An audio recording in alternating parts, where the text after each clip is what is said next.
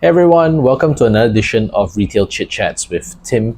And generally, I think the topic I want to cover today is a little bit on what's been driving everyone sort of worried, which is the impact of tariffs. And I'm not going to give you a outline on what tariffs are and how they affect the local situation, but I want to talk to you a little bit more about how tariffs and a potential trade war is going to impact sort of the local retail scene here in Malaysia, as well as some impact towards generally you can apply this to any country that you are from and you're watching this, as I think the US has sort of embarked on a global tariff sort of a program where it's going to affect virtually every country in on earth. And sort of one of the things that I can see here is that I see really three effects of what this global sort of trade war or the global tariffs that the US has imposed on all our countries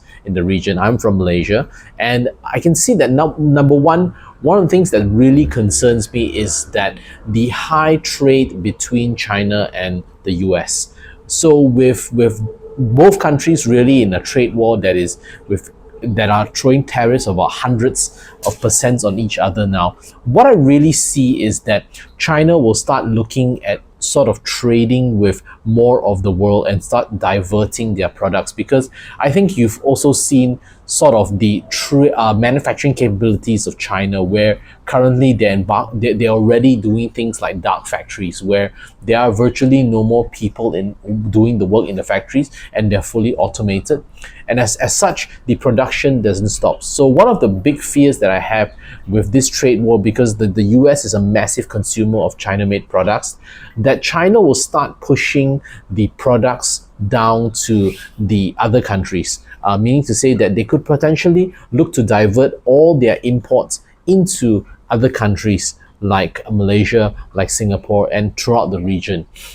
And this is what I fear is going to happen within the retail sector, which is not necessarily a bad thing from a retail perspective, where consumers will get a lot cheaper products. However, my fear is that for the Malaysian businesses and Malaysian retailers who are already sort of struggling under the burden of direct China imports, and the very much sort of lower cost of these products compared to products that are brought in here, not to mention when those products are actually put in a physical store, there are a lot of additional costs involved. So I'm worried that dumping of those products at lower prices could happen to retailers here in the, and that's something that may not be so incredibly beneficial to retailers and their retail businesses, and that could severely affect in the short term. Of course, you can see that these kinds of effects would be very beneficial to consumers, but that could also have it's also a double-edged sword in that sense.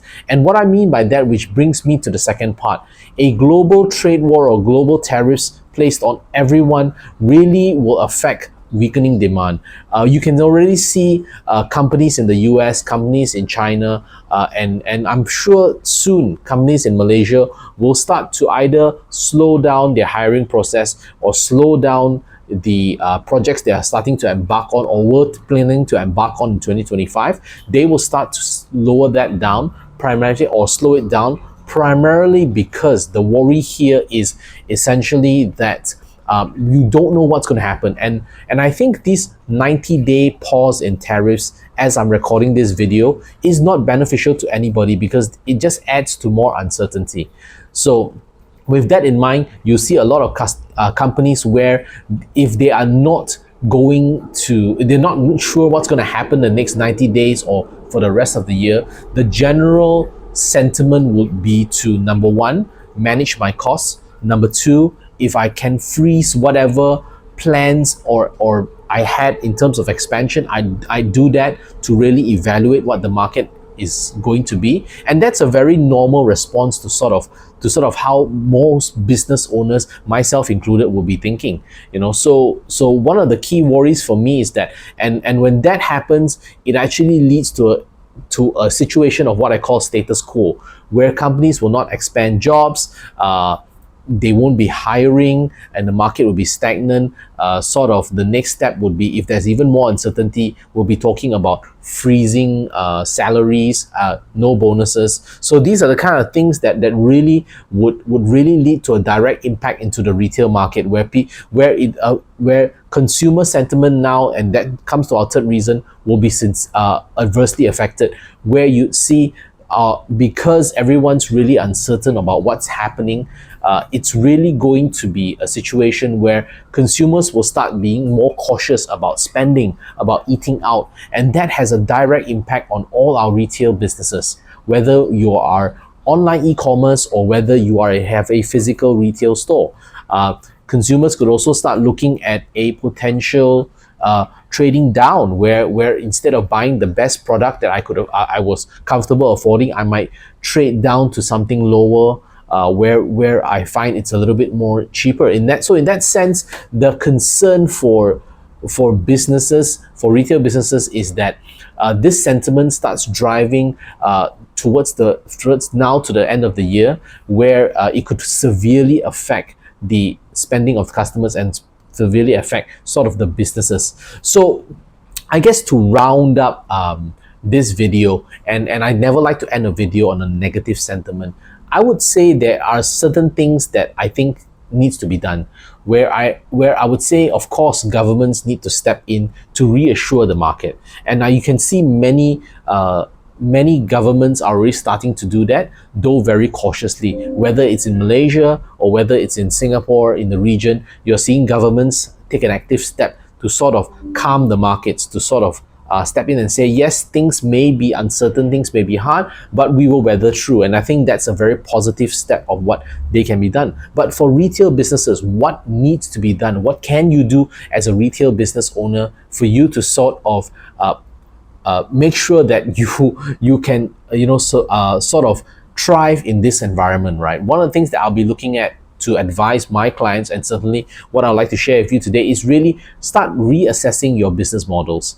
So start looking at, really, are you creating value for your customer, or are you merely trading? And if you find yourself in a situation where you're merely trading, I would say start looking at areas where you could actually move away from that. Start look at ways to increase value to the customer, where you become sort of indispensable. You become sort of the go-to person with the customer, whether it's through superior customer service or whether it's really tweaking and changing the product to offer something different that's differentiated from the market. Look at ways where you can start to look at your business model, moving it away from just purely trading on products. Because when you're merely trading on products, customers will always start looking at price. And especially in a current situation like this, that's what they're looking for.